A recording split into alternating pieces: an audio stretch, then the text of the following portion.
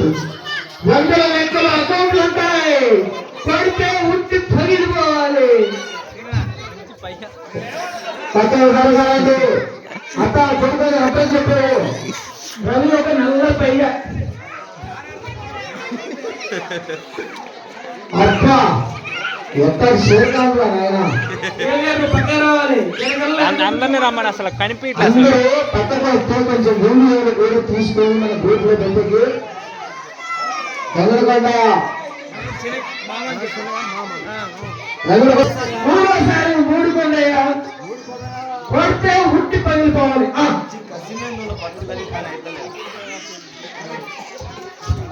పాటు మంచి కసి మీద ఉండి అంటే నేను ఎందుకు కొట్టలేకపోతున్నా, ఇంత గుడి ఎత్తించినా ఇంత చేస్తున్న మెయింటెనెన్స్ ఈ ఉట్టి కొట్టకపోతే నా పరిమాణం కావాలా, నా మర్యాద ఏం కావాలా అని ఒక పిచ్చేసుకో.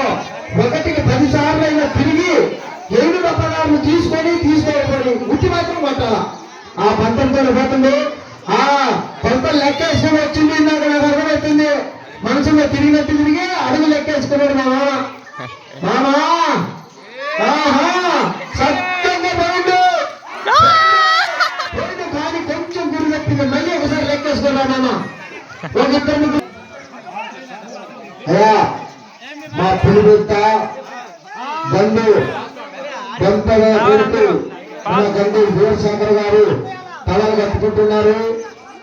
పాపం మంచి యుద్ధ రసికుడు. ఆటల్లో పోటీలలో ఫస్ట్ బహుమతి.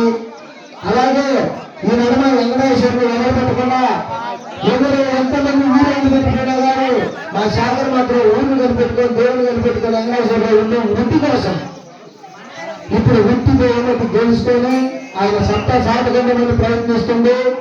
లెక్కలు వేసిందా లేదా, కొంతలు వేసిందా లేదా అని ఇప్పుడు నడకలోనే అర్థమైపోద్ది.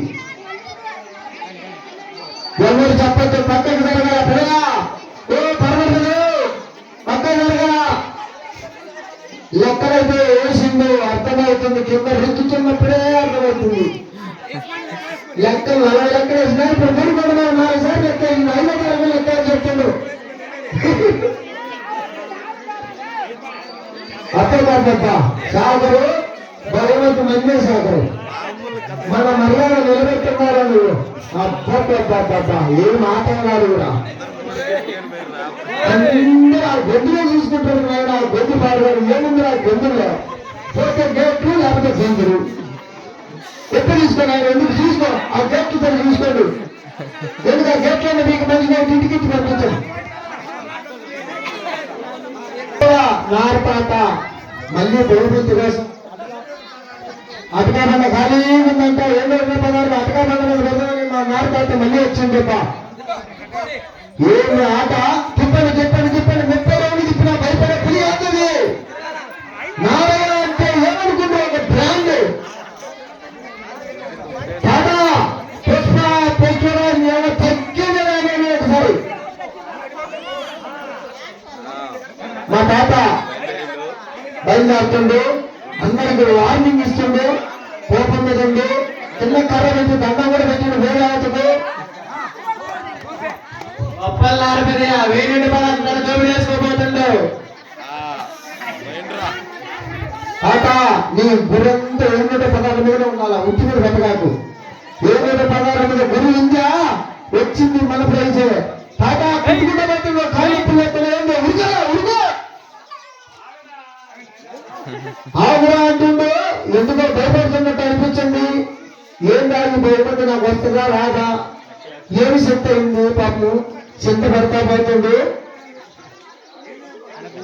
అయ్యా పక్కన జరగాల.